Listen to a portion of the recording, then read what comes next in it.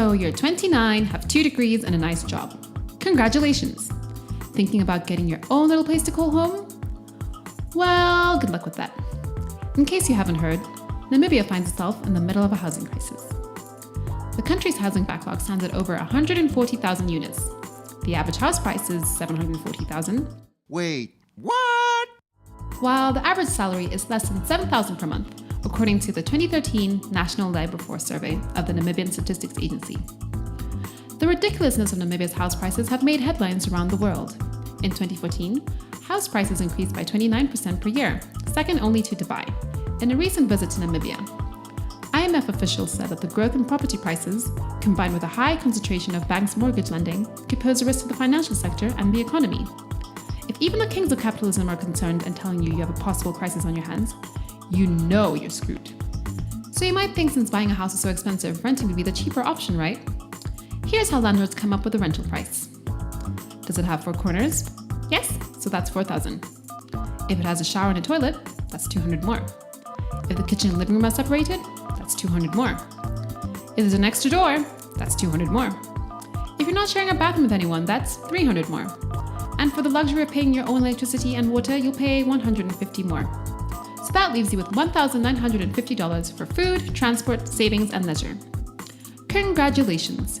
You're the chump who's paying off someone else's bond while they only provide that crappy room and make a tax-free profit. One would think that the Swapo government, with its 2/3 support from the Namibian electorate, would be bending over backwards to sort the housing crisis. In 2014, government decided to come up with what was supposed to be President Pohamba's legacy project. NHE was tasked to build 10,000 homes by the end of 2014 to chip away at the 140,000 strong backlog. In an ideal world, this is how the NHE would work. People need houses. Government creates NHE to build these houses. Government gives NHE money. NHE hires contractors to build houses or use a Build Together program. People on the waiting list move into their houses, the project is completed, and everyone lives happily ever after. Unfortunately, here's how the NHE really works. The government funds NHE. NHE gives inflated contracts to mostly friends and family looking to make a quick million, or 7. Inevitably, NHE runs out of money and can't pay their contractors. These contractors refuse to build the houses with no money. The project is delayed and you don't get your house.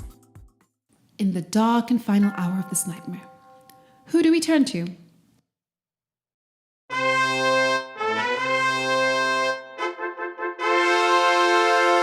Affirmative representation inspired thousands of Namibians to ask their local municipalities for land.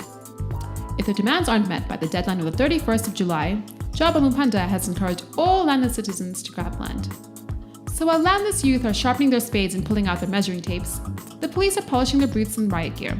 And we all know what happens in Namibia when masses of people come in protest against the government. As the deadline looms, let's hope that land grabbing doesn't descend into chaos, and the Namibian police are on their best behavior. If not, you can always move back in with your parents, or jump on the affirmative repositioning bandwagon.